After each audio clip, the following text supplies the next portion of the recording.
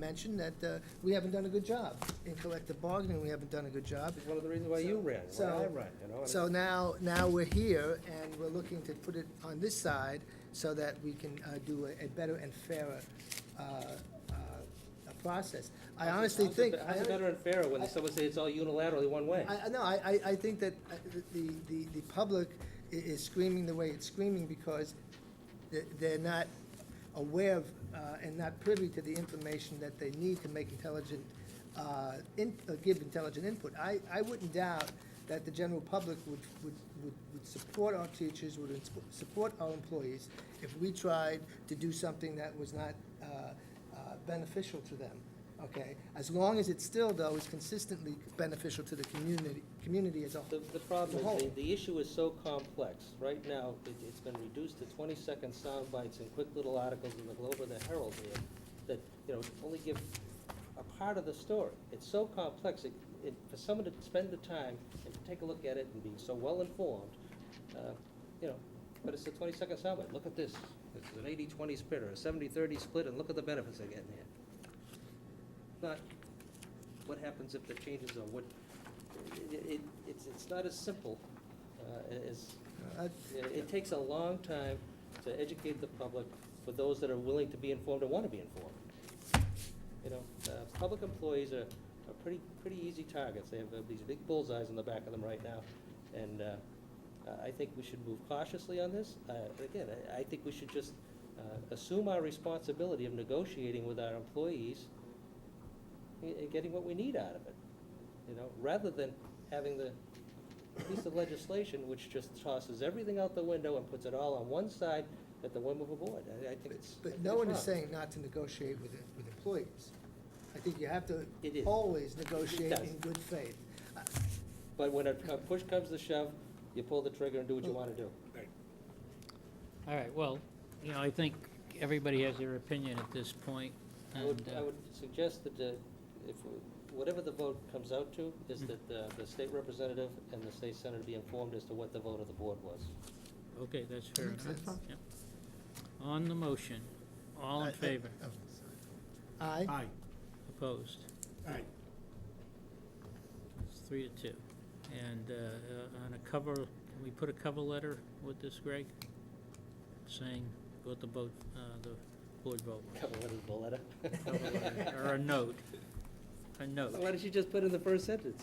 You know, as a, Or On a vote of can 3 we to 2. redraft it with just 3 signatures on it, too? Yeah. I think it's important that they know. Yeah. Geez, even The first sentence on a vote of 3 to 2. Mr. Board of Selectmen voted to endorse the following letter. Appointments, number 6.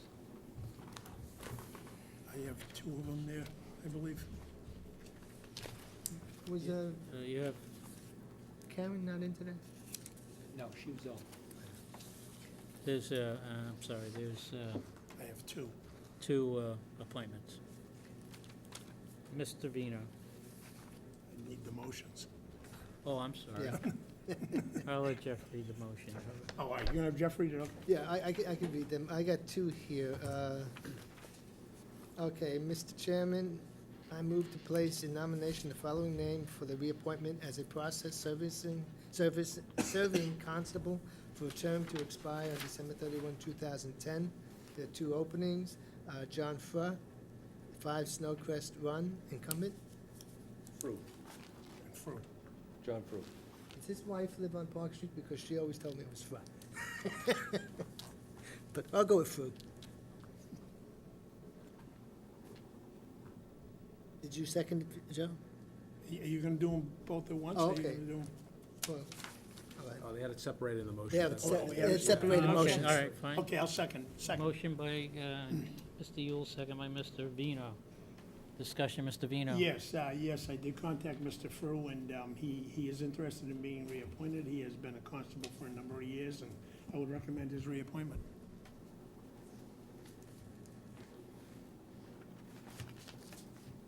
Any other comments? Nope. All in favor? Aye. Aye. Opposed? Unanimous? Mr. Chairman, I move to place in nomination the following name for the appointment as a process-serving constable for a term to expire on December 31, 2010. one opening, Dave Rosati at 8 Chester Street. Second. Motion by Mr. Yule, seconded by Mr. Vino. Mr. Vino? Yes, thank you, Mr. Chair. I spoke with this gentleman. This is a new appointment. If you remember, Mr. Reynolds, who served us faithfully for many years, decided not to go for reappointment this year. And Mr. Roshi came forward, and I've spoken with him, and he will fill our complement of 5 constables, and I would recommend his appointment. Other comments? All in favor? I Aye. Opposed? Unanimous? Okay. One more. Mr. Yule? Mr. Chairman, I move to place in nomination the following name for reappointment as a member of the Energy Study Ad Hoc Committee for a term to expire on December 31, 2010. One opening, Daniel McGinnis, 3 Surrey Lane, incumbent. Second. Motion by Mr. Yule, seconded by Mr. O'Leary. Yes. Dan is an extreme valuable member for this committee. He adds so much. In fact, the whole committee is a great committee. It's a Mhm. good group of guys sitting around just trying to find ways to save the town money, and Dan is a great benefit. So he was, he was a member of, The Energy right, Study Committee. Just didn't have the paperwork? Yeah, no, he handed it in, he believed he handed it in. It either this got is the- lost or, yeah, okay, Okay. all right. yeah, or got lost or what have you. So whatever the Okay. case is that we're doing it now, just to make sure everything's all set. Okay. Okay?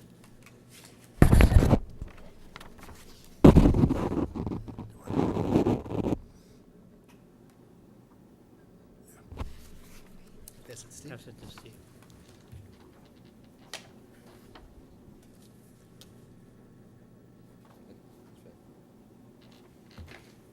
Okay, you want to say those in favor? All in favor, I'm sorry, I thought I did. Aye. Aye. Opposed, unanimous. I am really brain dead. I can imagine. Is that it? That's it. Okay, Craig?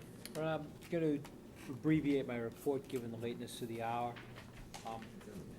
Number 1 is informational only, however, it does involve the storm over the weekend and today. The governor did declare a state of emergency, the town did likewise, I did likewise at 3 p.m. The reason is to assist any residents or the town with any of its costs associated with the cleanup. And hopefully there'll be some information forthcoming. I would encourage anyone, any residents who would be looking for information, they'll find it on the town's website.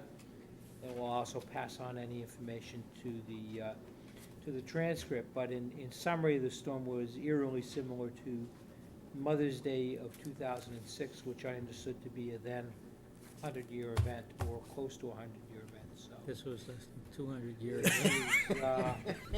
This was 200 years, so. very close and remarkable in terms of it being very similar to what we had experienced before. So, as I think Captain Galvin indicated, everyone's been busy today doing a very fine job. The town was hit quite hard with flooding in the usual locations. I'm sorry to report. I went down to the public safety complex just before here, and it says, as if you're printing here, it says 8 to 12 inches. It was about 2 inches Yep. from the top. Is it 2 inches from the 2 top? inches now? from the top. Really? And they And put it's a still- lower, they put a layer of sandbags over it. I was gonna say, because they're predicting still peaking. Well, I guess, Yeah, not gonna peak until tomorrow. About 2 inches from the Yeah. top. Yep. Just before the that's meeting. about I what just it swung was through just the to take last a look. time. Well, the bridge on Park Street that we're thinking of fixing up, the water's Right there. touching the bottom. It's like pushing the bridge up, down, Maybe it was floated away. yeah. Hopefully it's tied down. Number 2 is just informational only involving the e-government award. Town clerk Barbara Stats will attend. Number 3 is informational concerning the completion of the audit report and management letter. The auditor will be requesting a meeting with the board, so if you don't have any objection, we'll schedule the item on a future agenda. Give you an opportunity to ask questions of the auditor. Specifically, I would ask how we're doing in comparison to other communities that he has experiences with. Number 4 is, the board had asked me to review funding sources for funds necessary to support conservation projects recommended by the Energy Study Ad Hoc Committee. Suggests that we have monies available which had been reserved for fuel and utility supplement. There was $93,000 set aside. We will require a portion of that to be transferred at town meeting. An amount to be determined, but I would suggest that an appropriate use of the remaining balance of those funds would be to support the efforts of the Energy Study Committee. Money That was would set- require a 4/5 vote. 2/3.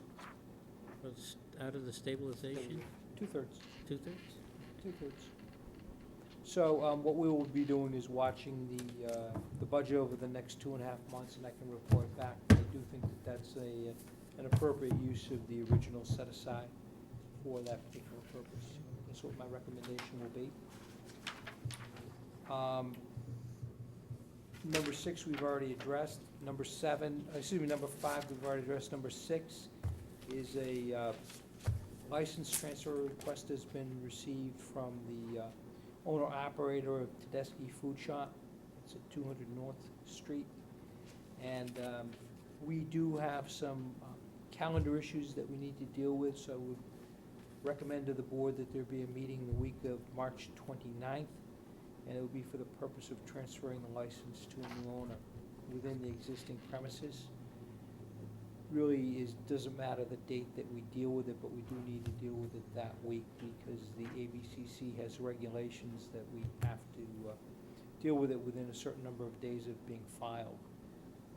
It does require advertisement, so what we need to do is, once you agree on a date, we will have to have the transcript publish a legal notice in its paper. Are we gonna set that date now? Yeah, I was. I have a problem with the 29th. I would imagine this is gonna be rather routine. I would, Well, there's town meeting the following week, and I think there's probably still some loose ends, and we've, Yeah, but that won't Oh, meet the that. ABCC timeline, so, right? yeah. Otherwise, you would have put it at town meeting, kind of thing. yeah, we don't want to put it at town meeting just because No. it's a public hearing, you have to have a hearing. It has to be, if it was one of those ones that didn't require an advertisement, we probably could have done it then, but it was a requirement that it be advertised. So the 29th is no good for you, Joe? No. No, could we do the 30th? Could we do the Tuesday? And the 22nd is no good next week? No, I could do the 22nd. Is that too short? Doesn't That work. doesn't work for them. 30th, Tuesday, 30th would work for me better. Steve? That sounds all right. What? That sounds fine. All right. 30th instead, Greg? I'll make sure they're aware of it. Thank you. You'll make sure what? I'll make sure they're made aware of it. Okay. My staff has to We're gonna advertise. put anything else, I see there's something else on the agenda you want. Anything else, though, or are we just gonna keep it in and out? As far as- I think there may be some issues. When are we meeting with ALS? Thursday before, the 25th to the 26th. Yeah. Maybe I'll just give you an update on that meeting. There may be some issues related to town meeting, right? What? There may be some issues related to town meeting we need to Yeah. address. Yeah. Well, we need to sign articles. Not that that's a big deal, because they're all non-budget articles, So it's but, almost like cleaning house. yeah. That concludes my report. It's Tuesday, March 30th.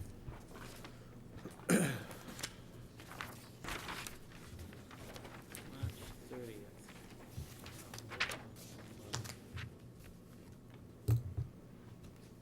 You know, Do well, we need an executive session, or are you gonna Not pass this by? evening. What? Not this evening. you know, while we're looking at dates, we're supposed to meet on the 19th of April, and I believe that is Patriots' Day.